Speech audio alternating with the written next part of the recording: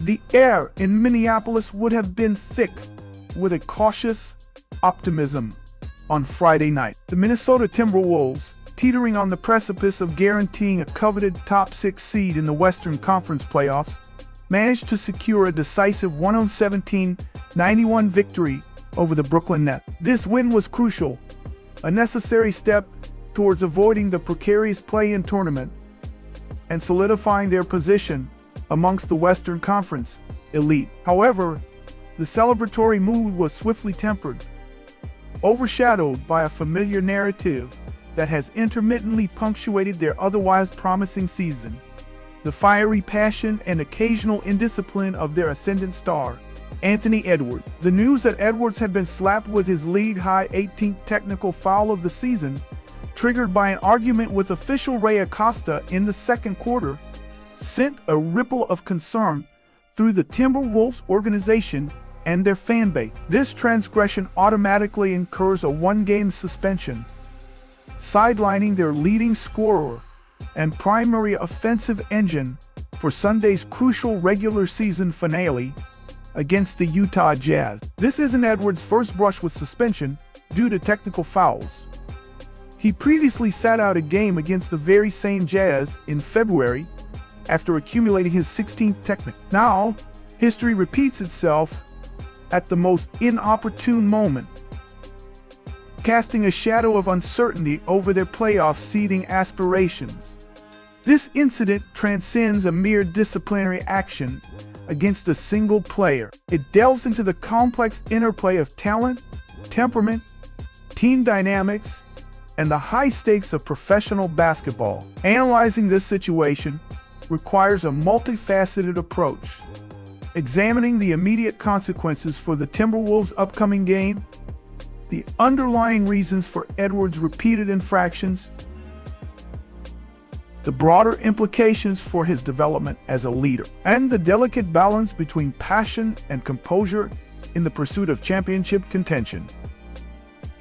The immediate fallout, a looming shadow over the season finale. The timing of Edwards' suspension could hardly be worse for the Timberwolves. Having fought valiantly throughout the season to position themselves for a favorable playoff seed, they now face a critical final game against the Utah Jazz without their most dynamic player. The excerpt explicitly states the high stakes.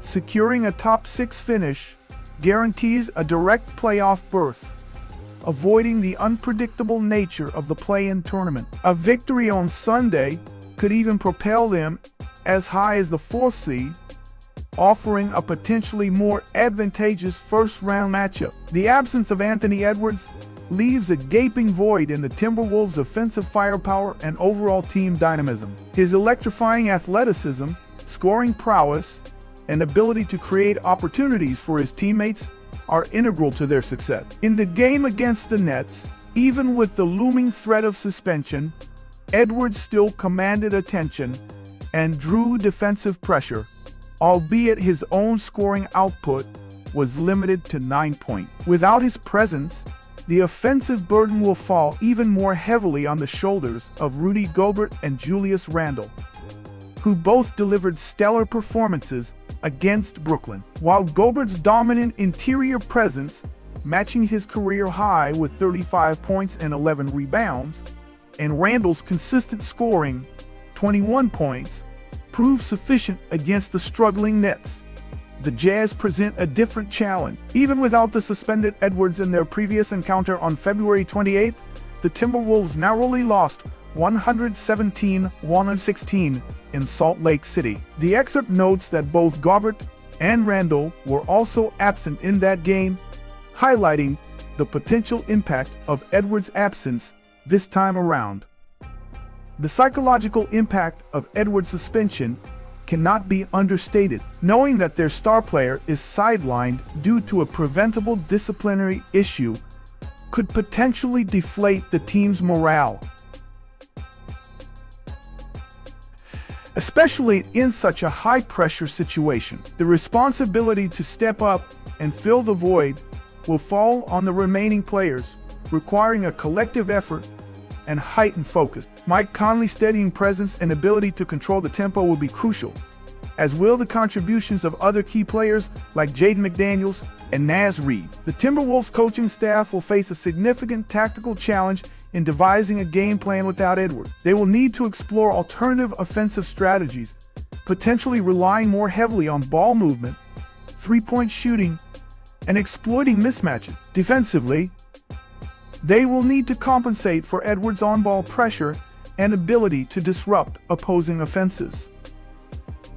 The outcome of Sunday's game against the Jazz will have significant ramifications for the Timberwolves' playoff journey. A win, even without Edwards, would solidify their position and potentially elevate their seeding.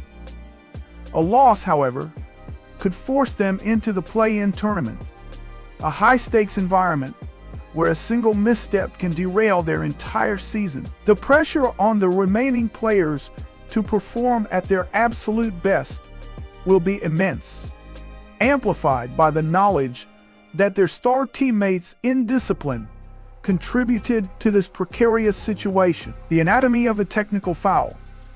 Unpacking Edwards' frustration. The specific incident that triggered Edwards' 18th technical foul, arguing a personal foul call against Brooklyn's Keon Johnson, offers a glimpse into the emotional intensity that often characterizes his play. The excerpt describes his initial reaction, spreading his arms in disbelief with a furrowed glance at official Ray Acosta. This visual paints a picture of frustration and disagreement with the referee's judgment. The subsequent technical foul suggests that his verbal protest crossed the line of acceptable interaction with game officials. The excerpt also hints at a simmering tension throughout the game, noting that Edwards appeared close to earning technical fouls on 2 earlier occasions. The first instance involved an angry reaction to a perceived missed foul call against him, while the second involved hanging on the rim a little too long after a dunk. These instances suggest a heightened level of emotional reactivity on Edwards' part throughout the game, culminating in the decisive second-quarter incident. Understanding the context of player-official interactions in the NBA is crucial here. The game operates at an incredibly high speed, with split-second decisions often having significant consequences. Players, driven by competitive fire and the desire to win, will inevitably disagree with some call. However, the league has strict rules regarding the manner in which players can express their dissent. Respect for officials is paramount, and any behavior deemed disrespectful, confrontational, or excessive can result in a technical foul. Edwards' repeated accumulation of technical fouls throughout the season suggests a potential struggle in managing his on-court emotion. While his passion and intensity are undoubtedly assets that fuel his competitive drive, they can also become liabilities when they lead to confrontations with officials. The line between expressing frustration and crossing into unsportsmanlike conduct is often thin and subjective, requiring players to maintain a high degree of self-control in the heat of the moment. The fact that this is Edwards' second suspension due to technical fouls this season underscores the need for him to address this aspect of his game. While the league has the right to review and rescind technical fouls, as the Timberwolves undoubtedly hope for,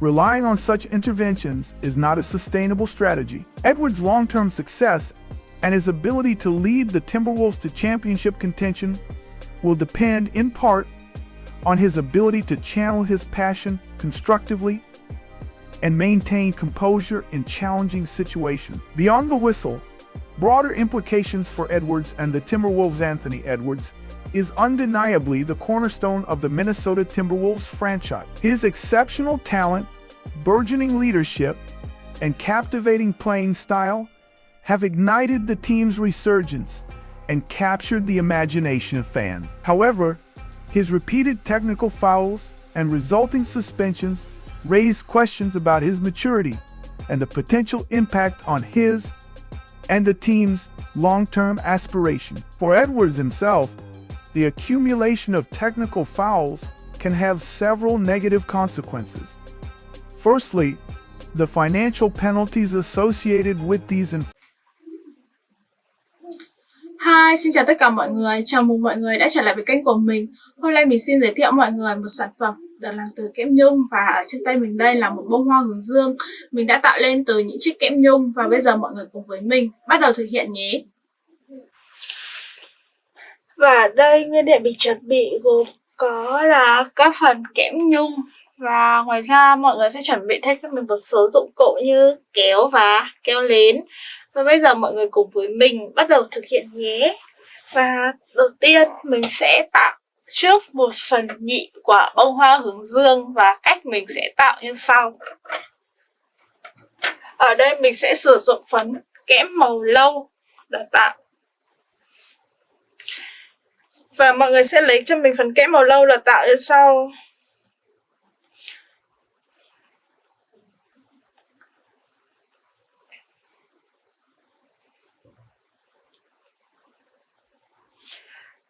Mình sẽ quấn tròn lại.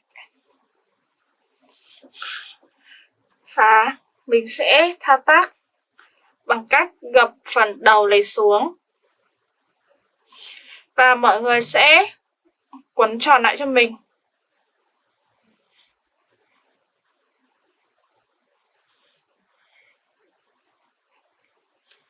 Tiếp tục. Mọi người cứ quấn vào đây cho mình là lượt đến hết này.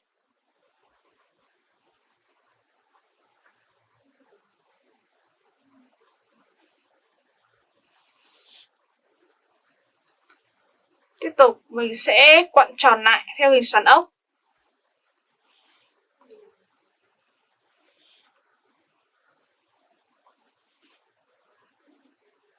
Mọi người sẽ quấn tiếp vào cho mình.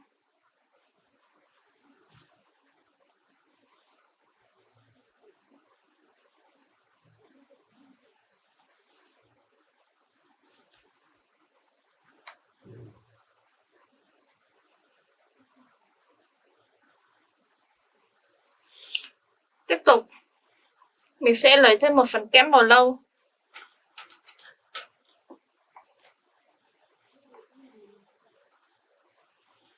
Và mình gấp phần này xuống. Nối liền hai phần đầu này lại với nhau. Rồi mình sẽ lại quấn tiếp phần này.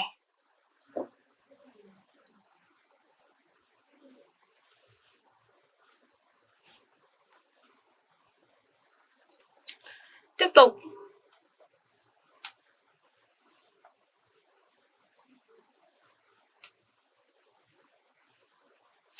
mọi người lại thao tác tiếp cho mình.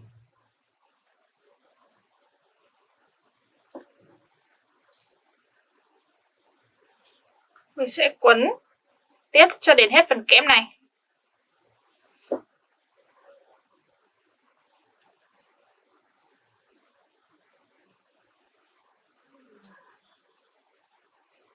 Mọi người sẽ quấn tròn lại cho mình.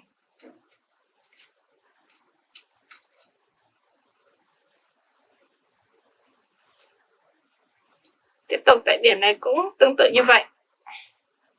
Và tạo tiếp vào đây cho mình là một đường keo.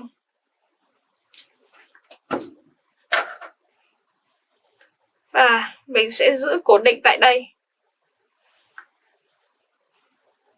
Và như vậy mình sẽ tạo được một phần nhụy hoa như thế này. Và sau khi mình sẽ cố định được phần nhụy hoa này rồi, chúng ta sẽ tiếp tục.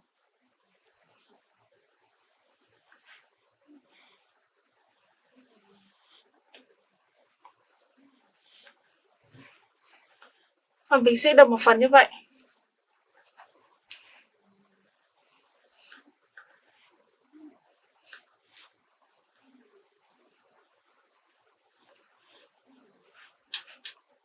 Và bây giờ mình sẽ sử dụng phần kẽm còn lại, đó là phần kẽm màu cam. Mình sẽ tạo các phần cánh hoa.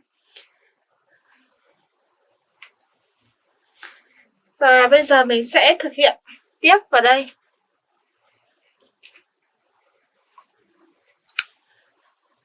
Mình sẽ lấy phần kẽm màu còn lại.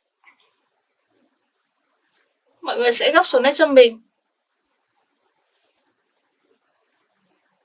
Tạo vào đây cho mình một đoạn có chiều dài là 2 cm.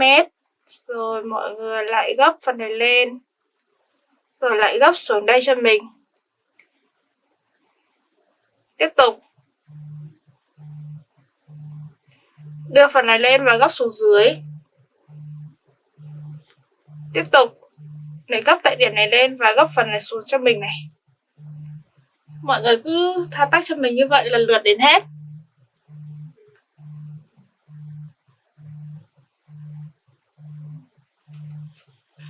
Và mình sẽ tiến hành gắn các phần cánh hoa này lên đây để tạo thành một lớp hoa đầu tiên.